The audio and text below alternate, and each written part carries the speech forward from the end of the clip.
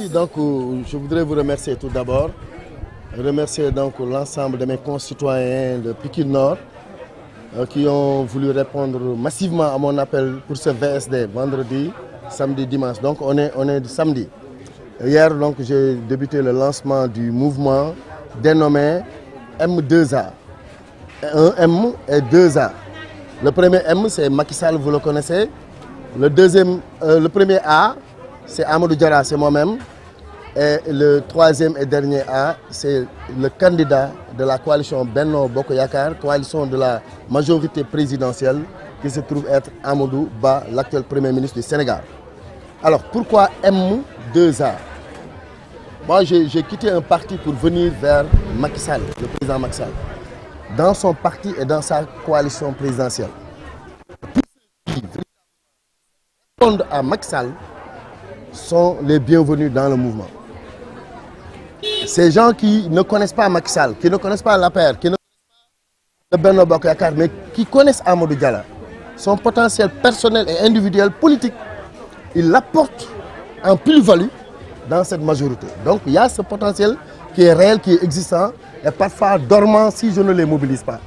C'est l'occasion pour le mouvement de dire à ces militants de Amadou Diarra exclusivement de venir dans M2A, se retrouver avec ceux qui sont des militants de Benno Bokk Yakaar et qu'ensemble, nous avons comme objectif l'élection du dernier A qui se trouve être Amadou Ba. Donc M2A. Donc vous constatez aisément que c'est un mouvement qui rassemble, qui ne divise pas. Il n'y aura pas de tendance, il n'y aura pas de positionnement, parce que l'objectif, c'est un seul objectif, c'est d'élire notre candidat, le Premier ministre Amadou Ba. Voilà ce que nous avons lancé hier. Il restera la structuration et l'implantation dans tout le département de Pikine. Donc le VSD, ce sera juste le lancement. Il fera des réunions au niveau des adultes, au niveau des femmes, au niveau des jeunes filles et au niveau des jeunes garçons. Et même véritablement une campagne nationale pour essayer de faire le maximum pour élire notre candidat qui, nous le pensons, d'après ce que nous avons vu et entendu, est le meilleur des candidats pour la paix du Sénégal, pour le développement économique du Sénégal. Il est l'orchèvre du code des impôts. J'en sais quelque chose. J'étais député à l'Assemblée nationale lorsqu'il était directeur des impôts et domaines. C'est lui qui a construit le code des impôts qui a boosté le budget du Sénégal jusqu'à 7 000 et quelques milliards, alors qu'on ne parlait que de 2 000 et 3 000 milliards. L'autre chose, je voulais terminer là-dessus, c'est Amadou Ba, vous le constatez aisément. Il n'a aucun problème avec le Benno Bokk Yakaar, aucun problème avec l'opposition. Donc même disent qu'il serait véritablement un militant de Pastef. Donc c'est quelqu'un qui, chacun dit qu'il est chez moi. Vous allez dans les familles religieuses, chacun te dit Amadou Ba est notre fils. Parce que 30 ans avant, 20 ans avant, il est là. Ça veut dire quoi? Ça veut dire l'homme idéal qu'il fallait chercher, qui pourrait, dans ce contexte international très bouillant, avoir véritablement une sorte d'unanimité ou de consensus, c'est Amadou Ba, hormis la politique, hormis de la partisanerie. Donc ce candidat-là, c'est ce candidat que nous avons choisi dans notre mouvement M2A pour véritablement le soutenir. Mais très facile, parce qu'il ne sera pas pour le moment, avec le mouvement, un bilan de quelconque régime que ce soit. C'est juste montrer les atouts du candidat. C'est Amadou Ba. Si aujourd'hui on a le plan Sénégal émergent, vous vous rappelez, le Benno Bokk Yakaar, l'APR avait comme programme Yonou, Yokkouté. Si on l'a transformé en PCE, c'est parce que véritablement il y a l'input de Amadou Ba. Et qui a accompagné le président dans le club de Paris pour engager des milliards pour construire le plan Sénégal émergent. C'est ce monsieur Amadou Ba là, qui a été ministre des Affaires étrangères pour faire énormément de pays. C'est comme s'il dirait il y avait une prédilection, un enfant prodige que le président avait détecté et qui, au-delà des finances, voulait véritablement renforcer son portefeuille relationnel avant de le faire chef du gouvernement pour coordonner l'ensemble des activités de l'exécutif. Aujourd'hui, s'il devient président de la République, vous verrez qu'on n'aura pas à tâtonner, il n'y aura pas de l'apprentissage, ce sera très fluide pour gérer. Voilà, aujourd'hui, ce que nous voulons, c'est tous ceux qui ont voté pour Benno Bokk Yakaar au législatif, au municipal. Tous, y compris l'APR et la majorité présidentielle. Tous, nous leur demandons de venir. Nous allons apporter notre potentiel personnel. Mais nous allons également battre campagne pour lui. Et ce moment-là, ce ne sera pas un moment de dire un quelconque bilan. C'est de montrer l'homme, parce que la présidentielle, d'aucuns parlent des élections présidentielles. On ne dit pas en français des élections présidentielles. C'est une élection présidentielle, c'est l'élection présidentielle, c'est un candidat face à son peuple. Si c'est Amadou Ba, il aura un contrat avec son peuple. Ce ne sera pas une affaire de parti politique, une affaire de querelle politique, une affaire de dirigeance. Est-ce que c'est un grand fonctionnaire de l'État? Oui. Est-ce qu'il a rampé? Oui. Ce Amadou Ba là, aujourd'hui, est le candidat idéal pour véritablement l'émergence du Sénégal. C'est la concrétisation et la continuité de l'émergence. Donc quand même disent, j'ai entendu un gars du PDS, là, Ablaye Diop, le député accidentel, qui dit que Amadou Ba doit sortir parler aux Sénégalais. Oui, c'est lui qui doit sortir parce que les Sénégalais ne le connaissent pas. Les Pikinois ne le connaissent pas. Depuis qu'il est député, on ne sent pas un dossier Pikinois que Ablaye Diop a porté à l'Assemblée nationale. Donc il est très petit pour dire à Amadou Ba où est-ce qu'il va sortir. Un Premier ministre n'a rien à développer, n'a rien à prouver. Il est déjà Premier ministre. Il coordonne les activités du gouvernement. Malheureusement, en tant que parlementaire, il ne le sait pas. Il reçoit les ministres de Amadou Ba. Il vote les projets de budget. Et celui-là, il veut que ce Premier ministre sorte parler aux populations. Non, il n'en a pas besoin. Il a besoin des gens comme nous qui parlent à son nom, qui prennent leur bâton de pèlerin et véritablement sèment la bonne parole. Et nous avons la capacité de persuasion et de conviction et dans la sincérité et dans la vérité pour dire vraiment toute partisanerie mise à côté que Amadou Ba est le candidat idéal. Face à lui, il n'y a que des élèves en politique, des élèves en termes de responsabilité et de position de pouvoir, des élèves réels qu'il a enseignés à l'école normale, certainement aux impôts et domaines. Donc ça veut dire quoi? Nous avons besoin du maître et le maître c'est Amadou. Et en plus, c'est mon homonyme, il se nomme Amadou. Et il est temps qu'un homonyme du prophète Mohammed sallallahu alayhi wa sallam soit président du Sénégal pour le Natanga du Sénégal. Oui, mais s'il veut, je crois qu'il est en route. Mais s'il vient, il serait pertinent pour lui vraiment de rebrousser chemin ou bien d'accepter d'être dans la délégation de campagne de Amadou Ba. Ça, c'est une vérité parce que tout simplement, vous comprenez, moi je ne triche pas en politique. Si j'ai quelque chose à dire, même si c'est pour le président Macky Sall, si je ne suis pas d'accord avec lui, je le dis.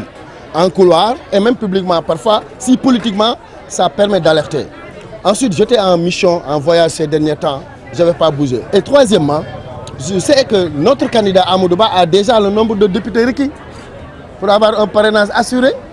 Pourquoi aller vers le parrainage populaire au risque d'avoir des doublons par-ci, par-là ou de faire la queue alors que nous avons plus de 80 députés? Pourquoi prendre le parrainage municipal avec les chefs d'exécutif? C'est vrai qu'on a 400 maires, on en a besoin. Mais ce n'est pas la peine de faire un parrainage populaire. Mais si politiquement et stratégiquement, nous ne le faisons pas, on risque d'avoir nos militants parrainer d'autres et finalement, ils risquent de voter pour eux. Donc il est important de les retenir. Nous le faisons, le PASTEF le fait, le PDS le fait. Alors que ces partis-là, nous savons tous qu'ils ont le nombre de députés requis. Khalifa Sall le fait. Donc c'est de la politique. Il ne faut pas que les gens veulent inventer la roue. L'autre aspect, c'est qu'on a l'habitude d'animer la base. Mais souvent, quand il n'y a pas un décret comme ça, les responsables n'animent pas la base. Par exemple, pour moi, ça fait très longtemps que je n'ai pas tenu de réunion publique avec mes militants, mes populations. C'est l'occasion, est-ce que nous est-ce que nous voilà, c'est l'occasion avec ce mouvement, nous animer base et tout cela. Waaw, dama bëgg Sénégal gi yëpp gannaaw bu ma leen gërëmee sant leen xam ne Amadou Diarra lancé na mouvement bu tudd M2A. M mooy me 2A, 2 comme 2 chiffres. Ñaari A. A c'est la première lettre de l'alphabet. Bu dee arabe bi bu dee tubaab bi. A bu njëkk bi Amadou Diarra ñun mii la. M bu njëkk bi mooy Macky Sall. Waaw te comme dañoo am candidat bu tudd Amadou Ba. ñaar ñu njëkk ñi Macky Sall ak ñi ko sopp Amadou Diarra ak ñi ko sopp bu ñu leen boolee dem seeti ñu sopp Amadou Ba ci biir Sénégal jéem a votel Amadou Ba ngir mu gagné élection yi ci premier tour. parce que nag xool nañ ba xool du affaire farfarloo du affaire parce que ca laa bokk APR laa bokk man mii di wax ak yéen waaye jot nañu teg ay kuréel ak ay stratégie pour dem seeti nit ñi votel Amadou Ba mu gagné. lu tax mu war a gagné lu tax mu war a nekk président Sénégal léegi nag gis nga intérêt mouvement bi mooy yoonam nekkul ci structure parti yi yoonam kuy xuloo kuy xeex yaa xam mais ñun dañoo bëgg a dajale képp ku sopp Macky Sall te dégg ndigalam ci fal Amadou Ba ñooñu la ñu woo ku ko soppul wala nga mer maa nga frustré demal ci keneen ñun ñooñu la ñuy dajale ci M2A ak ñi nga xamante ne xamuñu Macky Sall xamuñu APR Amadou Diarra rek lañ xam fu mu leen woo ñu ñëw te jël naa leen yóbbu ci Macky Sall kooku pare na dama leen bëgg a jëlaat yóbbu ci Amadou Ba mi ma Macky joxañ donc damay dajale ñaari majorité yooyu waaye am na ñi nga xamante ne dañoo soppal seen bopp Amadou Ba day dajeeg yow waa Pastef ñu ne non vraiment man Amadou Ba xaw ma lu ma koy wax il est cool il est gentil et puis defal na teraanga sunu pro defal na jabaram teraanga dégg naa sax moo ko formé dégg naa ñaareelam kat defal na ko li dégg naa bu baax yooyu mu koy defal ñëpp ñoo xalaat ci Sénégal kër diine yi mu mel noonu ba pare comme Sénégal lu ko jëlee fii ba yóbbu ko 7000 milliards code des impôts bi Amadou Ba moo ko tabax boobu député laa woon nekk assemblée nationale mu tabax ko conduire ko indi ko ñu voté ko Macky Sall ba muy falu yoonu yokkute bi la indi waaye dajeeg Amadou Ba nag jox ko ministre des finances ñu tabax PSE plan Sénégal émergent Macky door ci benn mandat war a jeexal léegi te 35 ans la waaw kan moo jekk ci ki tabax loolu yëpp pour yeggale ko Amadou Ba la beneen bi am na ñi nga xamante ne impôt domaine lañ jaar mu nekk seen kilifa tete leen di leen jàngal tey ñooñu di xëccoog moom pour jiite pas impôt domaine pas ministère mais réew mi wóorul doo xawul élève bi te bàyyi fi maître bi donc ci yëpp ak jàmm ak dal amul kër diine booy dem te new ñu la Amadou Ba ci ñu la bokk ñu ko di ko xëccoo kooku maanaam nit yi jàmm la dégguñu ko ci yenn coow politique yi du wax bu ñaaw boo koy xas sax bu la jegee jox la loxo mais vraiment yooyu lañ soxla woon bañ ko gisee ci moom président Macky Sall am clairvoyance tànnal ñu ko mais lu mu yéex dañ koy jàppale beneen bi muy sama turandoo tudd Amadou di turandoo yonent bi sallallahu alayhi wasallam dafa jot nag vraiment gis nañ fi Léopold Sédar Senghor gis nañ fi ab Abdou ak Abdoulaye waaye nag nabi nag dafa baax turandoom yor réew mi Sénégal nekk ci émergence ak naataange lii mooy véritablement objectif lancer mouvement bi te du ñu toog dinañ implanter mouvement bi quartier par quartier dans la commune structure famille structure jeunes yi structure adulte yi ba pare nag implanter ko dans tout le département voire le Sénégal suñ ko temps bi mayee par rapport ak élection présidentielle lii mooy objectif maanaam amatul récréation j'ai sonné l'alerte na debout la ñu wax jóg taxaw temm parce que ñiy wax ni ko président waxee di wax di rey nit ñi ci wax ba nii boo ko waddoo lamiñ boo noppee rafle wax na dëgg mënuñu def dëkk bi pont Sénégal Gambie rek jag na Macky Sall fu mu far ñu far fa benn pont boobu rek ñaata régime ñoo fi jaar loolu rek waxuma la li tubaab yi doon am tukki barki démb laa jóge Brésil ki ma àndal dama ko ne mais suñuy tali moo gën a beesu Brésil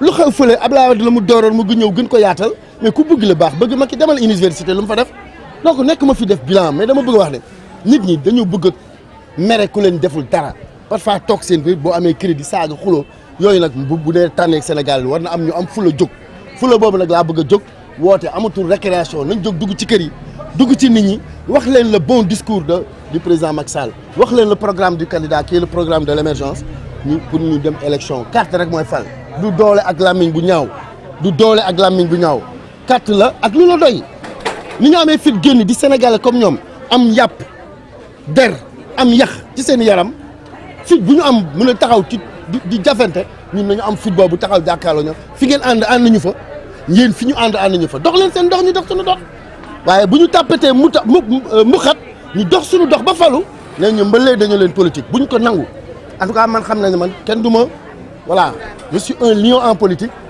et j'ai décidé véritablement d'affronter la brousse et les chèvres soyez prêtes non du crainte stratégie la xam nga dialogue national bi dafa indi beneen ñaari parrainage populaire moo amoon dëkk bu nekk nga dem fa région bu nekk 2000 nga wut 400000 parrain loolu dañ la koy imposer seen ndax yow mi di wut réew mi am nga ñu la sopp déjà benn minimum mais ñu ne dialogue national bi su fekkee ne yow dem nga ba am ay député am fukki député ak ñett minimum mais am nga base parce que benn député rek dal na plus de 50 000 voix donc soo amee loolu da nga war a fexe jaratul ñu lay sonal naa la demal wër dëkk bi te Macky Sall am na 80 députés donc Amadou Ba soxlawul parrainage populaire bu dee maire yi on a plus de 500 maires donc soxlawuñ parrainage populaire mën nañ jël parrainage des chefs d'exécutif locaux mais dañoo soxla parrainage populaire bi ci ban wàll ci wàllu politique mooy soo jógul jël say nit sa noon fekk leen fa wax leen wax bu dul dëgg yóbbu leen fekk leen parce que yow mi ànd ak ñoom parrainage jot na nga ne nemm bàyyi leen donc dafa mel ni rek nga jël sa gétt bàyyi ko ci àll bi guddi jot nga bàyyi koog bukki yi balaa leen bukki fop nag ñun jël dugal leen suñu njaboot ne leen ñun ak yéen a ànd kaay leen fii ko ànd ak Amadou Ba parrainé ñu fii ba pare tey suñuy fiches am suñuy référence am suñuy banque données beneen bi aussi animation politique la responsable yi ku nekk fal nañ la ñii ñoo ngi maire ñii député ñii ministre ñii DG mais talatuñ base bi day jot nag élection bu jege see ñu wàccaat politique tuuti wàcc ci base bi nemmanteeg ñoon man mii maire laa temps yëpp maa ngi doon tukki di voyager ay mission Brésil ak France ak yëpp mais namm naa sama gars yi namm naa sama militants yi Macky Sall lii mu wax dafa tax namantu bi jeex moo tax ma bëggoon leen laaj est-ce que namoon ngeen ma yéen waaw yéen dafa mel ni namu est-ce que namoon ngeen ma waaw léegi namante bi da koy réglé bu dee ministre sport bi def na ko de man dinaa ko may tànn beer wax na ko keroog ndax 90 millions laay perte ci arène bi par année 90 millions te yemul foofu commerçant yëpp mi di ñu tëj économiquement ñu yàq suñu benn koom-koom du dox am na ku doon ngénte dimanche Lac de Guiers Siteu ngénte bi da ko arrière def ko samedi une semaine nga war a ngénte moom 6 jours la ngénte à cause des dégâts de l'arène ah te commune boobu amul dara lu mu ci am te mu mun a am possibilité jël ci jeunes yi ñuy liggéey ci stationnement yi ah oto yi gaare moto yi stade yi àndee la jàppale policiers yi donc su ko ministre bi defee Lat Diop dinaa ko may fanweer bu may biir Guédiawaye wala biir Pikine pour wax ko féliciter nañ ko parce que jooy nañ ko juróomi at su ko réglé moom Lat Diop na xam ne Amadou Diarra dina ko may tànn beer ndax dëgg des sports Lat Diop exige pour tout promoteur comme tout organisateur de spectacle, tout promoteur de spectacle, de payer les taxes municipales qui sont assujetties à toute autorisation avant le spectacle. Il y a des taxes qu'on appelle des taxes d'entrée payante qu'il faut payer.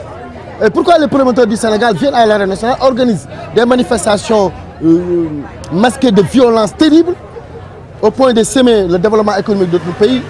S'il y a un grand combat, une grande affiche à Pikine Nord, le marché, les commerces se ferment à midi. Parfois, vous avez une activité sociale telle un baptême, vous n'osez pas le faire le dimanche. Il faut le faire le samedi. J'en ai vu que des exemples. Des questions de viol et de violence se posent. Et la commune où est implantée, comme le dit la loi, cette infrastructure qui organise le spectacle, ne reçoit pas de taxes. C'est une injustice. C'est une violence, c'est du terrorisme même. Et aujourd'hui, ici, on perd 90 millions par année en termes de recettes municipales. Ça pouvait paver toute la commune de Pikine Nord depuis 5 ans qu'on a ouvert l'arène.